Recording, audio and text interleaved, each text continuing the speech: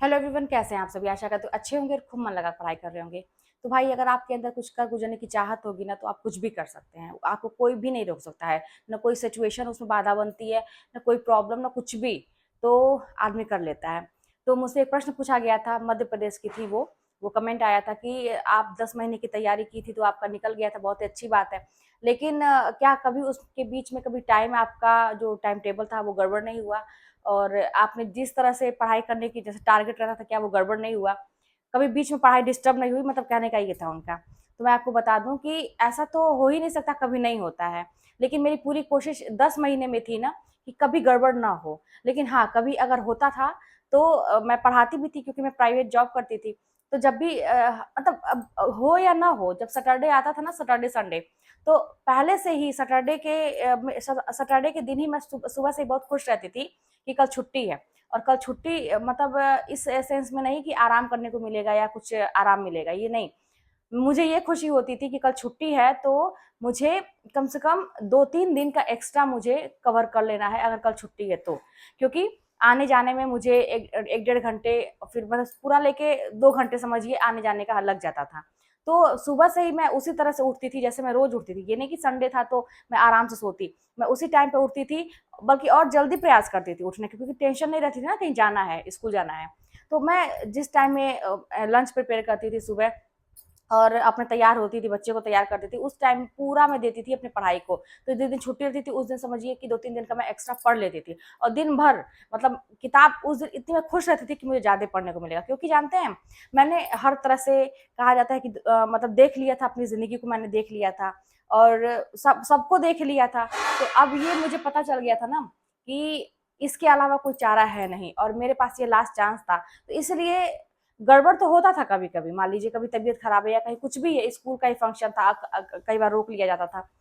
तो मैं इतना पहले से ही पढ़ी रहती थी कि वो मैनेज होता था, या उसके बाद आने वाले छुट्टी में या समय में मैं उसको मैनेज कर लेती थी। और जानते हैं, एक और बात, कि मुझे ये सारी चीजें कैसे मतलब पता चले कि मुझे ऐसे करना है, तो मुझे फ़ायदा होगा, क्योंकि डर तो मुझे भी था कि ऐसा तो नहीं कि जो मैं तरीका अपना रही हूँ गलत हो। लेकिन मेरे पास जितना म मतलब मेरे शरीर में जितनी जान होती थी ना, मैं पूरा झोंक देती थी पढ़ाई के लिए।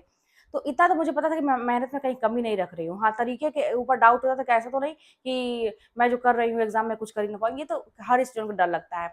लेकिन मैंने एक वीडियो देखा था, ऐसे यूट्यूब पे, जैसे मैं आप लोगों को टिप्स देती हूँ ना, तो कोई था मतलब ऐसे कोई आईएएस लेवल का या कोई यूपीएससी का एग्ज़ाम क्रैक किए थे उन्होंने।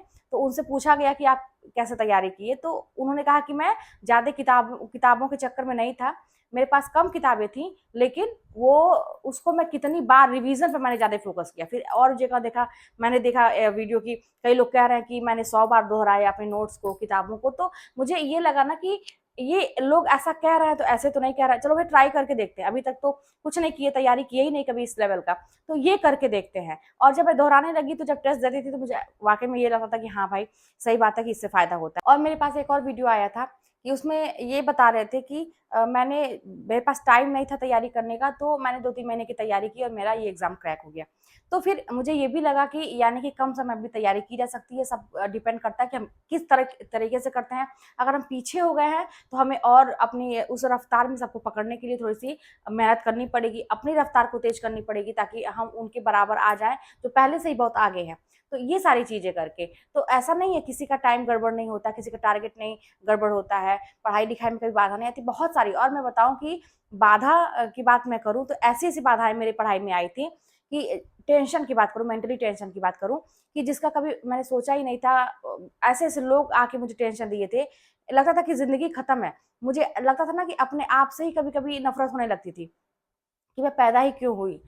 इतनी सारी चीज़ें मेरी वज़ह से मेरे मम्मी-पापा को भी तकलीफ़ हो रही है। ऐसे-ऐसे लोग आए, अपमान करने से लेके हर जगह से, मतलब मेरी पढ़ाई को रोकने के लिए लोग तो पहले से ही जो तैयार थे वो तो छोड़िए, एक तरह से देखा जाए तो प्रकृति भी जो है, भगवान भी जो कहा जाता है, कि मुझे ऐसा ही फ़ील होता था कि भगवान भी कहीं से मेरा साथ नहीं दे रहे हैं।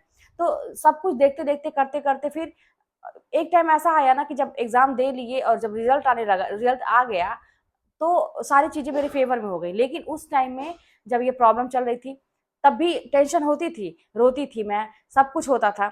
लेकिन बस ये लगा रहता था कि मुझे पढ़ना है और दिमाग में ये रहता था कि मेरी पढ़ाई कहीं न कहीं से आज नहीं हुई जैसी होनी चाहिए थी। इसकी वजह से, इस टेंशन की वजह से, फिर मेरे दिमाग में वही चीज़ होता था कि अगर नहीं पढ़ेंगे तो फिर ज़िंदगी ऐसे ही रहेगी और टेंशन देने वाली तो अभी इतना दे रहे हैं तो बाद में क्या करेंगे? तो मैं और पढ़ने लगती थी। जिस दिन मेरा कोई दिल दुखाता था तो मैं ज़िद में, जो कहते हैं ना कि मैं तो अब अपने सफल होके दिखाऊँगी, अपनी ज़िंदगी बदल के दिखाऊँगी, मैं उस दिन 2 घंटे ज़्यादा पढ़ती थी। तो इस तरह से करके अपने अंदर मोटिवेशन लेके आती थी। जितना ये लोग मेरा पाँव पकड़ के खींचने का प्रयास किए, उतना ही मैं तेज़ी से छलांग लगा के आगे बढ़ी। तो ये ज़िद आपको पकड़नी पड़ेगी जब भी समय विपरीत होता है, जब भी आपका टाइम टेबल गड़बड़ होता है तो आपको दिमाग लगाना पड़ेगा कि उसको कैसे मैनेज किया जाए। सब कुछ होता है, सबके साथ होता है, एक तरह स्थिति कभी भी नहीं रहती है, कितने भी महीने हों। तो आपको इस चीज़ पर ध्यान देना पड़ेगा और करेंगे तो होगा। खुद आपको लगेगा कि कैसे क्या किया जाए, क्योंकि तैयारी आपकी है, जॉब लगेगी तो आपकी लगेगी, सैलरी आएगी तो आपकी लगेगी, ज़िंदगी बदलेगी तो आपकी बदलेगी, सब कुछ आपका होगा। तो फिर जब आप अपने लिए ही कर रहे हैं तो फिर इसमें इतना ज़्यादा क्या देखना कि क्यों मुझे तकलीफ़ हो रही है, क्या हो रहा है, क्या नहीं हो रहा है, अपने लिए ही तो कर रहे हैं। तो इसीलिए सोच समझ के काम करिए, सफलता ज़रूर मिलेगी। चलिए मिलते हैं नेक्स्ट वीडियो में, कोई बात होगी तो कमेंट के माध्यम से बताइएगा।